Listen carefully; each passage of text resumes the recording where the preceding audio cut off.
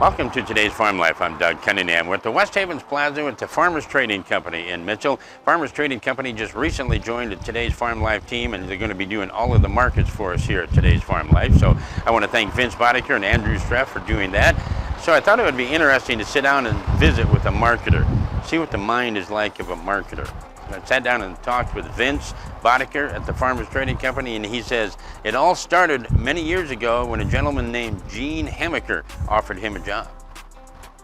I was a client of Gene's from 1985 on, and the futures business did intrigue me, as I was, in that point in time, I was in production agriculture and stayed there for 17 years until January of 1992 when I came to work for Gene. And I came to work for him in the fall of 1991.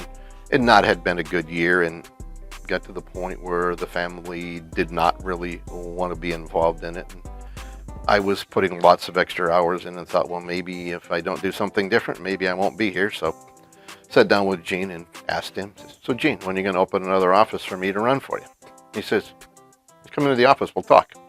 And that's really how it developed. We started that in September, October of 1991, and by January of 1992, late in the year, I was working for Gene.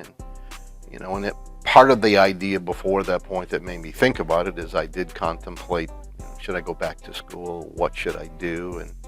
And I always thought, wouldn't it be an interesting concept? I like looking at charts and doing markets.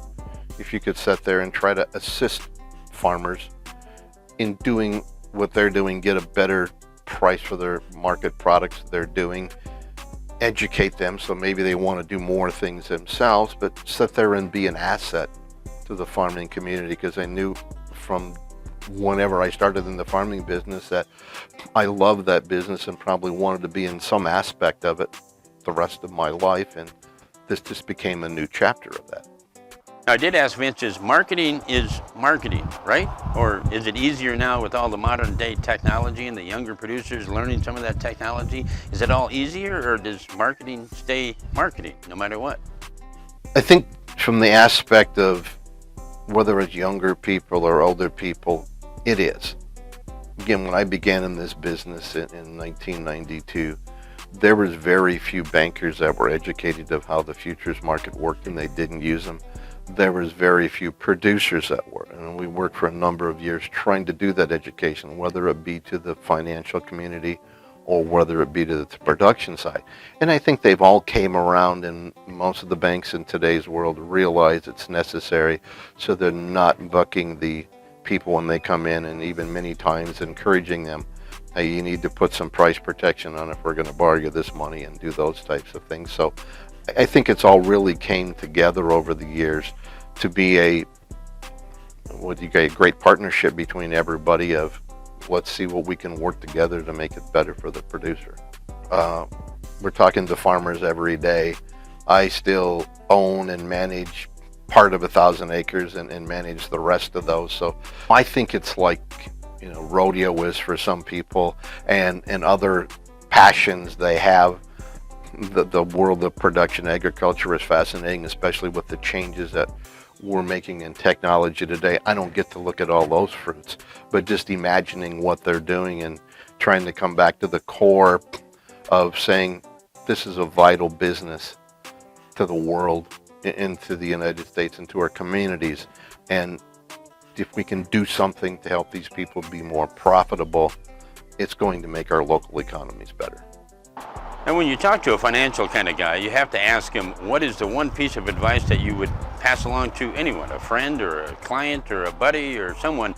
And I was surprised that the one bit of advice that he would like to pass along has nothing to do with marketing. There is that personal side. Most people know me as a workaholic, and always being in here. I don't take a lot of days off. Do I enjoy doing that? I do, but I have that passion of believing that if you're going to serve someone, you want to be here, and that's why you're here. I'm slowly working on getting away from that and knowing that, hey, we need to take more time to enjoy it, take some time off and do it. And with the addition of Andrew in the office, that can happen more, and he's always eager to jump in and do things. And I think we both work really well together. We look at it. If one's got something to do, the other one's there to cover, and that's greatly appreciated on my side. I think that piece of advice that I would pass on is that, one, we need to be respectful of each other no matter what our opinions are. In today's world, with things changing the way they are, we need to pay attention. We need to appreciate how fortunate we have been to be born in this country, and we need to make sure we don't lose our freedoms because we're sleeping at the table.